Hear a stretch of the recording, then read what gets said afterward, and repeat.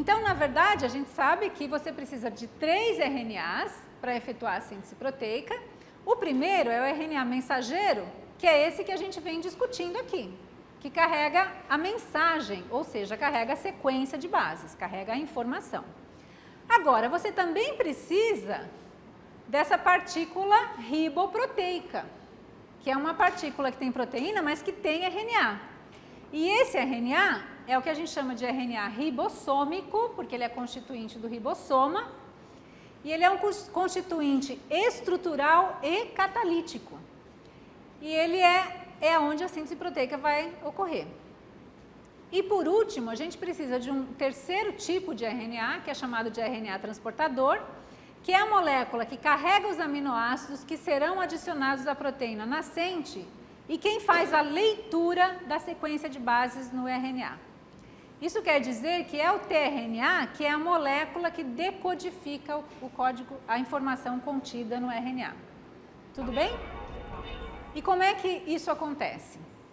Então, também de uma forma sintetizada, ou simplificada, o RNA mensageiro, ele tem a informação, que é o que diz qual aminoácido vai ser incorporado, tá? A catálise acontece dentro do ribossoma, que tem um RNA estrutural aqui dentro, não só estrutural como catalítico também, que é o RNA ribossômico. A maneira como você passa essa informação, e isso é a parte legal, quem traduz essa informação de sequência de bases para aminoácido é o tRNA. Por que ele é o tradutor? Porque ele tem uma porção dele, ele é feito de bases nitrogenadas, então ele tem uma porção que faz pareamento com as bases do RNA mensageiro. Ou seja, está usando o mesmo tipo de interação molecular que é utilizado quando você copia uma fita de RNA, quando você sintetiza uma fita de RNA a partir de um molde de DNA. É pareamento de bases. Só que cada tRNA tem, nessa região que pareia com o RNA, tem uma sequência de bases específica e ele se liga a um aminoácido específico, diferente. Então, por isso que ele é o decodificador, porque ele tem uma porção que lê sequência de bases. E para cada trinca que existe, vai ter um aminoácido diferente ligado nessa ponta. Então, para cada tRNA, com uma sequência diferente de bases aqui nessa ponta, vai ter um aminoácido diferente. Dessa forma, ele consegue traduzir a informação. Vocês entendem isso? Vocês entenderam isso? Então, o RNA transportador, ele não só transporta o aminoácido que vai ser sintetizado, ele essencialmente decodifica a informação de sequência de bases para sequência de aminoácidos. E é assim que a proteína vai sendo sintetizada. O ribossoma vai andando, ele vai literalmente caminhando na sequência do RNA aqui, e à medida que o ribossoma vai se movimentando, a sequência vai sendo lida e os novos aminoácidos vão sendo trazidos, o peptídeo vai crescendo e a porção tRNA vai sendo liberada, tá? A catálise da ligação peptídica acontece no ribossoma. Quando tem a formação da ligação peptídica, a ligação entre o aminoácido e o tRNA é quebrada e o tRNA livre é liberado, tá? Então, quando vocês forem fazer biologia molecular, vocês vão estudar isso do ponto de vista molecular com muito mais detalhe, mas eu acho que é muito importante que vocês entendam essa questão de decodificação da informação e de qual o papel dessas diferentes moléculas. Então, vamos falar rapidamente sobre os ribossomas, porque os ribossomas são as únicas organelas celulares que não são envolvidas em membranas. A gente falou um pouco de membrana, falou como é que elas são constituídas, e a partir da aula que vem, quando vocês forem olhar para a organização, para a compartimentalização das células, vocês vão ver que todas as organelas são envolvidas em membranas, com exceção dos ribossomas, tá? Os ribossomas, eles são pequenos comparados com as outras organelas, mas considerando que eles são complexos proteicos, de proteína e RNA, eles são relativamente grandes. Eles têm cerca de 20 nanômetros em diâmetro e, por isso, eles são facilmente detectados em microscopia eletrônica. Isso aqui é uma microscopia eletrônica de retículo endoplasmático de... não consigo ler, mas enfim, deve ser de algum fígado de rato, sei lá.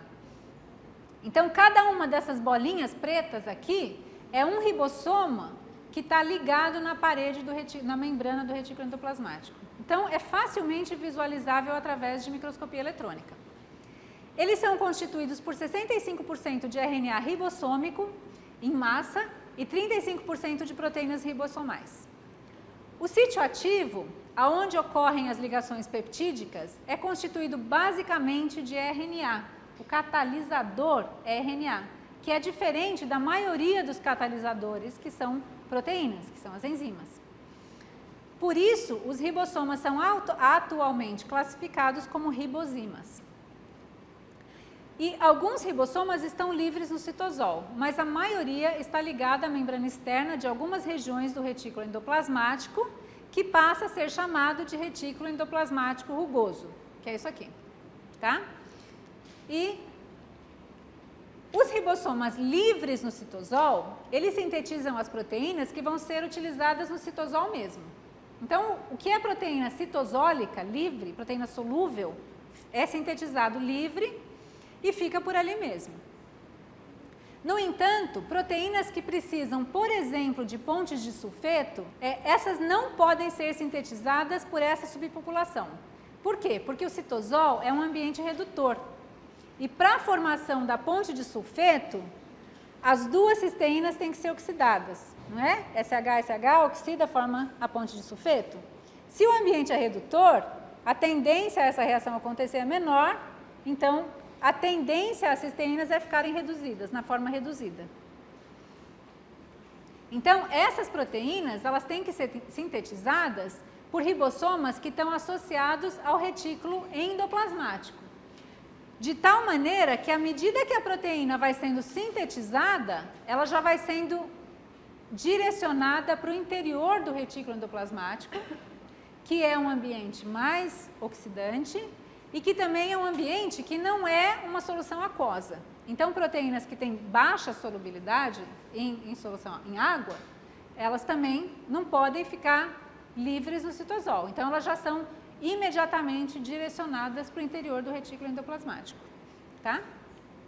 Então, os ribossomas associados ao retículo endoplasmático sintetizam proteínas que serão exportadas para o meio extracelular, direcionadas a outras organelas ou inseridas em membrana. Nesse caso, as proteínas são internalizadas no retículo concomitantemente ao processo de tradução. Então, à medida que elas vão sendo sintetizadas, elas já vão sendo direcionadas para dentro, para o lúmen do retículo endoplasmático, para não ficar em contato com o ambiente, a solução aquosa, que é o citosol, tá? Bom, então agora a gente já falou, a gente já entendeu o dogma central da biologia. A gente já entendeu como a informação é copiada, como ela é traduzida, como tudo é feito. Mas como que tudo isso começou? Vocês não se perguntam? Eu devo deixar claro aqui que eu não sou uma pessoa religiosa, então eu não tenho visões religiosas, nem muito espiritualizada. Mas, então, como nós vimos até agora, a vida é caracterizada por uma alta complexidade molecular. Mas, individualmente, essas moléculas seguem os mesmos princípios que determinam o comportamento de moléculas não biológicas. A gente já está falando isso desde o começo da disciplina, né? As leis fisicoquímicas se aplicam a biomoléculas da mesma maneira que se aplicam a moléculas não biológicas, certo? Bom, se isso é verdade, como é que essa complexidade toda apareceu? Da onde vem essa complexidade molecular que é a vida? Ou seja, qual a origem da vida? Vocês não se perguntam isso? Vocês nunca se perguntaram isso? O ser humano vem se perguntando isso desde sempre, né? Então, só que olha a nossa situação, né? Quando a espécie humana começa a adquirir funções cognitivas superiores, como questionar e racionalizar, a gente simplesmente já estava no mundo, a gente se deu consciência de que a gente existia no mundo. O ser humano simplesmente se viu na Terra, cercado de outros seres vivos, com as mais distintas características e de enorme complexidade de formas. Então, quando a gente começou a ter capacidade de questionar de onde a gente veio, a gente já estava aqui, o mundo já era complexo, né? Então, portanto, não é surpresa que as primeiras teorias da origem da vida propõem a geração espontânea da vida, acoplada à ideia de que um organismo derivava de outro, como abelhas de flores. Porque quando a gente começa a ter consciência, a gente simplesmente já está aqui, a gente se viu pertencendo a um mundo complexo. Então, as primeiras formalizações teóricas da origem da vida, que eu consegui achar, elas vêm com os gregos, que o Aristóteles, por exemplo, ele dizia que era uma verdade observável que os afídeos, vocês sabem o que é afídeo? Sabem aqueles bichinhos verdinhos que sugam a seiva das plantas? Parece uma formiguinha, mas não é uma formiguinha. É uns bichinhos gordinhos verdinhos. Pulgão, um tipo de pulgão, tá? Então, o que ele dizia que era verdade observável, que os afídeos surgiam das gotas de sereno que caíam das plantas. Porque ele observava os afídeos caindo das plantas à medida que caíam as gotinhas de sereno. Da mesma maneira, era verdade que as moscas, elas apareciam, elas se originavam de material em decomposição, porque eles viam isso. Carne estragando, de repente surgia uma mosca de lá. Roedores de feno sujo e crocodilos de troncos em decomposição à beira dos rios. E durante muitos séculos, a ideia perpetuada por várias correntes filosóficas, muito a ver com a religião também, é de que a geração da vida era espontânea, tá? E que os seres humanos eram seres superiores, além de qualquer categorização. As coisas só começaram a mudar no século XVII, na verdade, quando alguns pensadores começam a questionar essa ideia, mas ainda com muita resistência. Uma coisa que foi muito importante para as pessoas começarem a questionar isso foi a invenção dos primeiros microscópios. Tá? Isso aconteceu lá no meio do século XVII, em 1665, o Robert Hooke, e depois em 1676, o Anton von Leeuwenhoek. Eles publicam os primeiros desenhos de micro-organismos observados através desses primeiros microscópios. Muita gente usa isso como prova de geração espontânea, porque eles achavam que esses micro-organismos eram muito pequenos e simples para se reproduzir. Só que em 1668, esse italiano que chamava Francisco Redi, ele mostrou que, lembra quando, já desde o Aristóteles, eles falavam que as moscas, elas eram espontaneamente geradas de carne em decomposição, ou de material em decomposição. O que ele mostrou é que não apareciam larvas na carne se as moscas não pudessem depositar os seus ovos. Então, não tinha geração espontânea de moscas. A carne era só um meio para que as moscas mamães pudessem deixar alguma coisa que se tornaria em moscas filhinhas. Um século depois, em 1768, o Lázaro Spallanzani mostra que existem micróbios no ar e que esses podem ser mortos por fervura. Então, o próprio aparecimento dos micróbios em coisas em decomposição, aqueles micróbios que o Hooke e o Leeuwenhoek estavam vendo no microscópio, eles não simplesmente apareciam nas coisas em decomposição, eles eram carregados no ar. E que se você fervesse, você matava esses micróbios.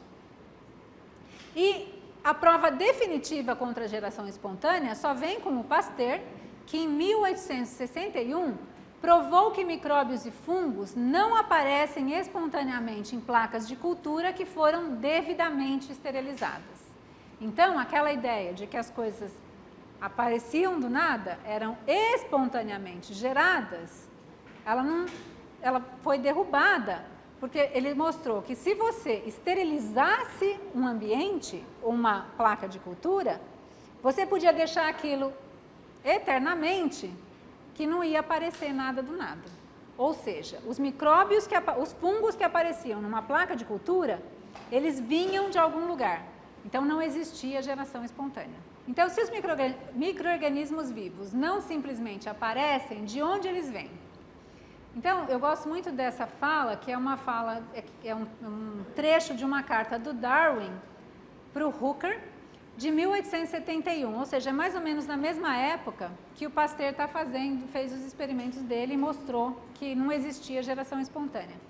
Então, todo mundo estava se perguntando, se não existe geração espontânea, de onde vem tudo isso? Como é que isso apareceu? E o Darwin escreveu em 1871, vocês vejam como ele era um cara especial. Ele argumenta que o lampejo inicial de vida aconteceu em um laguinho quente, algum tipo de laguinho quente, com todos os tipos de sais de amônia e sais de fosfato, com luz, com calor, com eletricidade e etc. presente. De tal maneira que um composto proteico foi formado quimicamente, pronto para passar por alterações mais complexas. Ele já colocou isso em 1871. E ele ainda foi mais longe. Ele também discute que, hoje em dia, esse composto proteico, que ele dizia que foi formado nesses laguinhos quentes, ele seria instantaneamente devorado ou absorvido. O que não era o caso quando não existiam criaturas vivas. Então, por isso que essas coisas puderam ser formadas naquela época. A implicação disso é que a própria existência da vida torna impossível estudarmos as condições que levaram ao aparecimento da vida em primeiro lugar, tá? Porque o próprio fato de que existem organismos que imediatamente devoram ou absorvem essas moléculas que seriam formadas inicialmente, já implica que hoje em dia a gente não consegue mais estudar isso.